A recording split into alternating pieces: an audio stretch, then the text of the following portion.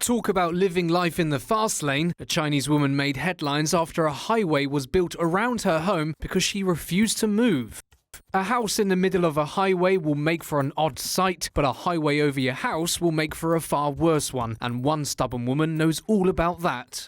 According to Guangdong TV, Chinese authorities had offered compensation for the demolition of a home so they could construct a highway bridge. However, the owner of the house had for a decade refused to sell. Per the report, the woman claims that she was offered a below-par home as an alternative, and in an interview with Pear video, that was after the government offered her a new pad next to a morgue. Despite Liang, the homeowner, refusing to budge, the authorities decided to construct the Heiju Bridge in Guangzhou, leaving her home pressed between 4 lanes of overhead traffic. Speaking of the new unsightly exterior, Liang told reporters that despite the environment looking poor, it is liberating and comfortable. 太平間我梗係唔中意啦，如果特別喺太平，我寧願翻嚟呢度，起碼望住個天空，起碼我都舒服啲，係咪先？只不過而家係解決問題，如果係想解決問題，我亦都唔係話唔走，啱我條件，啱我嗰個房源，啱我成日，我肯定走啦，同埋個距離，唔好動遠係咪先？小朋我住緊喺度幾廿年啦，就近我一直都話就近安置啊嘛，我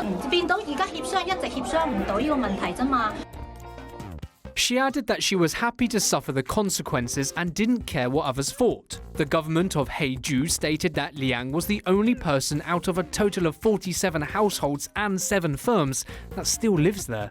The last time the Chinese government demolished someone's home, there were severe consequences. A public bus, initially believed to have lost control before it crashed into a reservoir, is now believed to have been an act of revenge by the bus driver.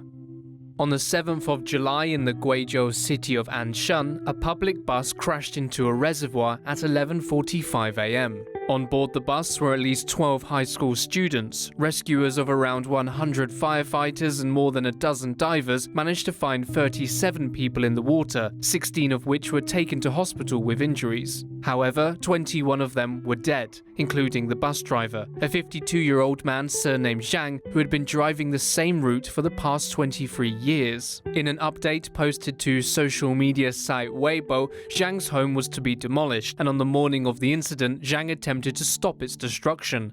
Despite having the leasing rights to the property, the residence was set to be torn down as part of a redevelopment campaign.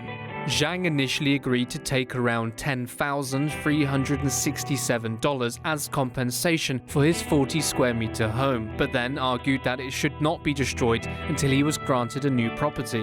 Zhang, who had yet to claim the compensation money, applied to rent another government-owned property at a below-market rate, but was unsuccessful. He called the government hotline, however, his efforts amounted to nothing, and his home was demolished that day.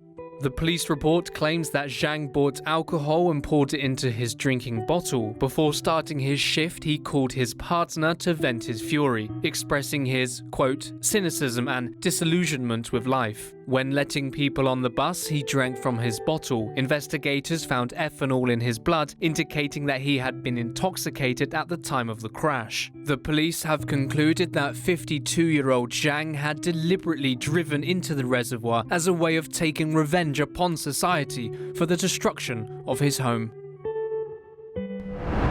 If you want more Tomo in your life, click the subscribe and bell button so you get notified when a new video is up. Thanks for watching Tomo News.